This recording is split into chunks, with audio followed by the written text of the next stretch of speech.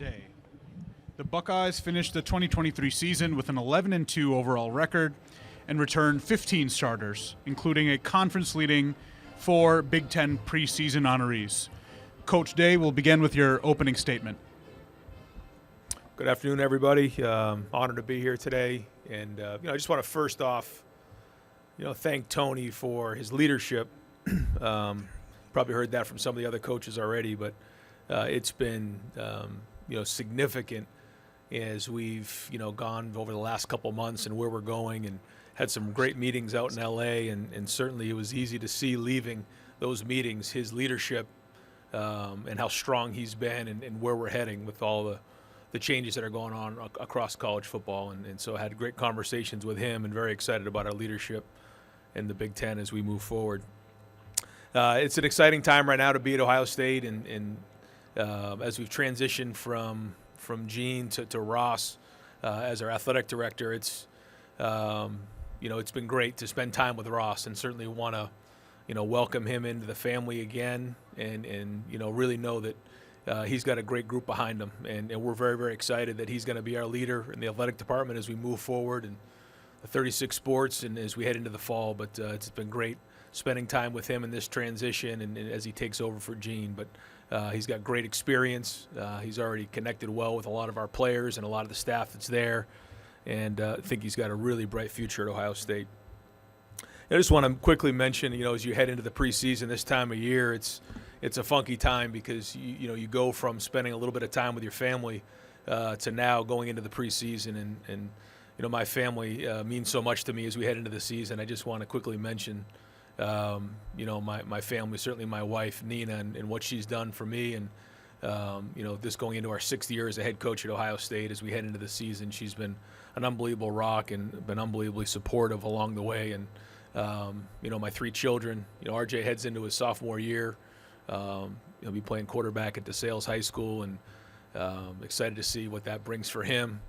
My wife Nina will, be the most stressed out person in Columbus as it starts at about noon on Friday, goes into Friday Night Football, and then we have the game on Saturday. So there's a lot that goes with that.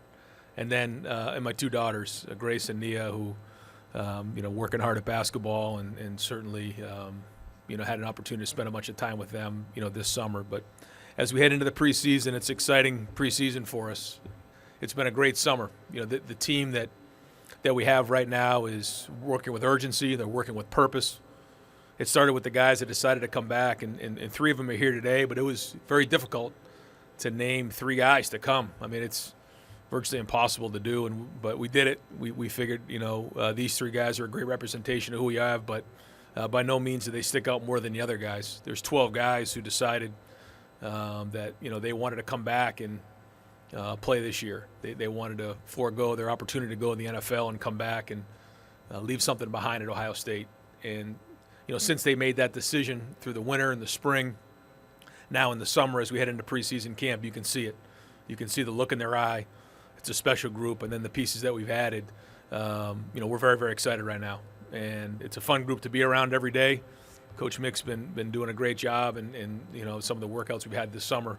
But now as we head into the preseason camp, it's going to be critically important to build a foundation. Every year, you rebuild the team. You don't just, jump back to where you were the year previous. And, we're going to work really hard to have a physical preseason camp and build that foundation, as that's going to be what's going to be the difference in the end. So Denzel Burke is one of the first guys that are here. Denzel has already had a tremendous career at Ohio State and made that decision, like one of the other guys, to come back and play his senior year.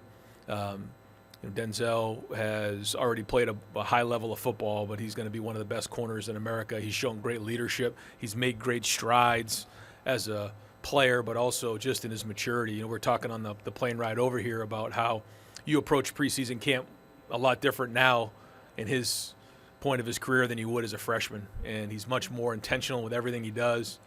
And I think he has a chance to be the best corner in America next season. Emeka Egbuka, can't say enough about who Emeka is. Emeka's an old soul. Since he's been here, he's been a warrior. He has his degree. He had to make his decision on whether he wanted to go to the NFL or not. He decided to come back with the degree in hand. And, we didn't get a chance to see the best version of him last year with his ankle injury, but we're seeing it now. And he's always been a leader. He had been a leader since he walked in the building as a freshman, but now he gets an opportunity to do that as a senior. And then last is Jack Sawyer. A lot of people lead different ways. Jack leads by his actions. It started off by being, one of the first guys to commit to me in the class as a head coach, but also and then recruiting that class, but also deciding to come back this year. He was one of the first. Sat down with he and his dad Lyle and said they have unfinished business here, and they started to get the guys to come back and build that group together that wanted to come back and leave a legacy behind. And so, being a Buckeye means a lot to him, being from Ohio. And, he's going to continue to lead. He's playing his best football, did at the end of the season, and will continue to. Had a great offseason. So these three guys are here. They're unbelievable representatives of Ohio State, and proud that they're part of our team. The last thing I'll just say, and then I'll open up to questions, is just that, our focus is on this preseason. It's the next step. And, sure, a lot of coaches will say it. You can't really, focus on what happened the year before. You can't get too worried about what's coming down the road. But we all know there's a lot of, noise and a lot of hype around this team. And what we can't do is, let those distractions, grab our focus from what we need to do day in and day out. We know it's going to be a long season, but we got to have a great preseason. We got to have a physical preseason. We got to lay that foundation for what's going to come as we head throughout the season. But we're very, very excited about our guys. We have great experience in that locker room and some great talent. But it's going to take more than talent. It's going to take all the no-talent issues to get to where we want to be and reach our goals. So I appreciate everybody, and we'll open it up to questions. On your left, Coach. Dave Biddle, 24/7 Sports. Hi, Ryan, over Hey, here. Dave. I want to ask you about your offensive line entering camp. How do you feel about your O-line overall entering camp? And then, in addition to that, who do you expect will be your right guard, or who are the guys competing there at right guard? Yeah, as you know, the O-line has been the area that we've been really, locked in on. I think that, coming out of the summer, their bodies look different. I think, you'll see them next week. We have some of those open camps or days of camp. They look good. Mick's done a great job with them. They've had a good summer, but we know how important that is. I mean, this team is going to go as the offensive line goes. This team is going to go as the defensive line goes, and so we know that how important the offensive line is going to be. So I think that some guys have really stepped up. Josh Fryer, to me, has had an unbelievable summer. Donnie's been much a leader.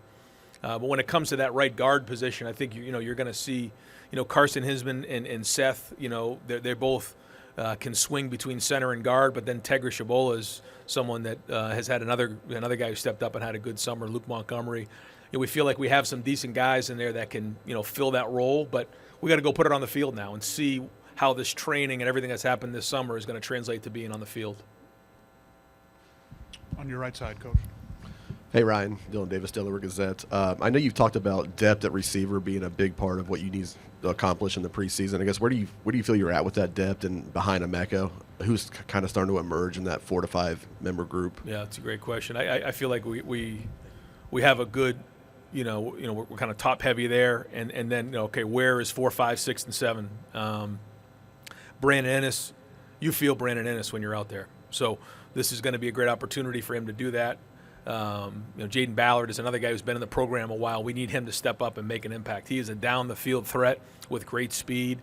And, again, this is somebody that's been in our program now. And I think that's another part of this team that we have is, 2, 3, 4. These guys have been in the program for a while now. So there's been a lot of built-up springs and summers and practices and development along the way, and so we need JB to step up, and he's been charged with that challenge along the way. Bryson Rogers is another guy that gives us some playmaking ability in the slot.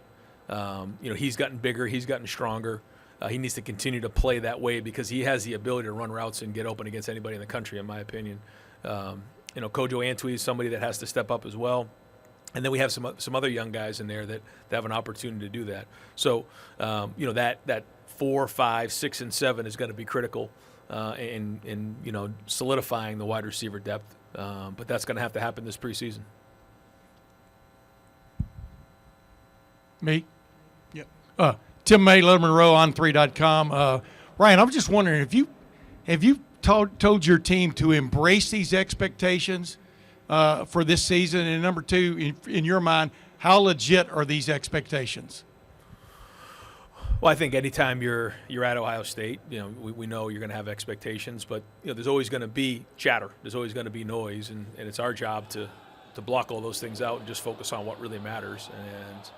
And I think especially this time of year, the easy thing to do is focus on the goals, focus on the end of the season, but that's really is a waste of time if we don't build the foundation right now. Now, our guys, they know what the expectation is. You've heard some of them say, what their goals are. We're not going to shy away from that. We want to win the rivalry game, be right in this stadium right here, win this Big Ten championship, win a national championship. We know that. But at the same time, that can't be our focus because that's a distraction from where we are right now. And so where this season goes and what this team looks like is going to look a lot different than it did last year. And this is a new journey. We've got to rebuild that to get to where we need to be. And that started last winter. But the next step is now in preseason. And so, we know what the expectation is. Every time, I've, gone into a season at Ohio State, I guess this is going to be my 8th season now. 6 as the head coach. You expect to win every game. That's just what it is. And if you don't think that's the case, try losing a game at Ohio State. I mean, you're expected to win them all. So that's not new. We embrace it in recruiting, and we want to make sure that those type of people are in our program.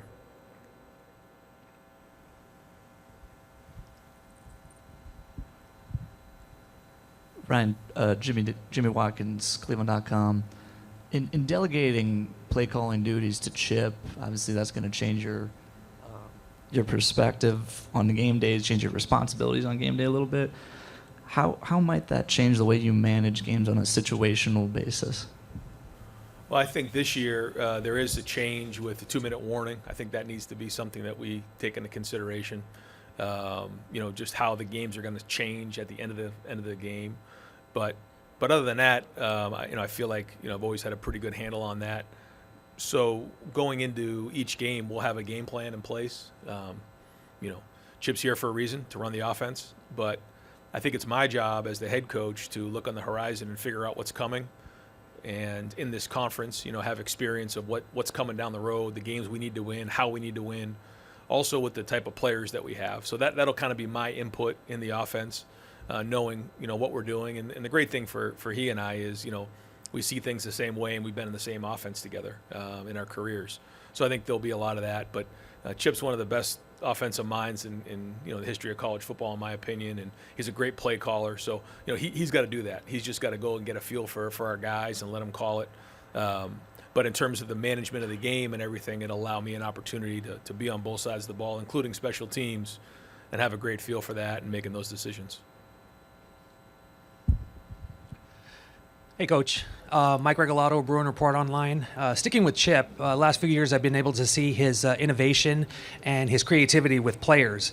Aside from that, how excited are you to see what he can do with this team, and what else does he bring to your program? Well, I think when you look at any offense, what you're trying to do is you're trying to figure out what plays maximize the guys you have in the locker room. Chip has a background of doing things a lot of different ways. I think everyone immediately goes to the spread offense, and when he was at Oregon and some of the no huddle stuff. But he's at UCLA. You saw him do things with 3 tight ends in the game. Before that, there was a lot of 2-back stuff. There's a lot of different versatility in his background, and so I think the idea is, all right, what fits our guys? It starts with the quarterback, and then it goes with the offensive line, the running backs, the receivers, and how that all gets put together. I think he would tell you he's very excited about what he has, in terms of the talent level, on the perimeter, up front, the running backs, the quarterback options, the tight ends. So that's the journey that we're on. What is it that fits that? And then it's my job as the head coach to make sure it fits complementary football across the board, and that the offense is complementing the defense. And so in terms of the second part of your question, what he brings, for me, turning it over, I really wanted to have somebody that, had head coaching experience. Now, never thought that, you'd have somebody that was a head coach the way he has been in college and in the NFL and that background. And so it allows me a little, more of a peace of mind, and certainly a lot of trust there. I mean, I trust Chip with my life, and that's a big part of anytime you're handing something over like that you've done, almost your entire career. Coach Ryan Day, thank you so much for your time. All right, thanks, guys.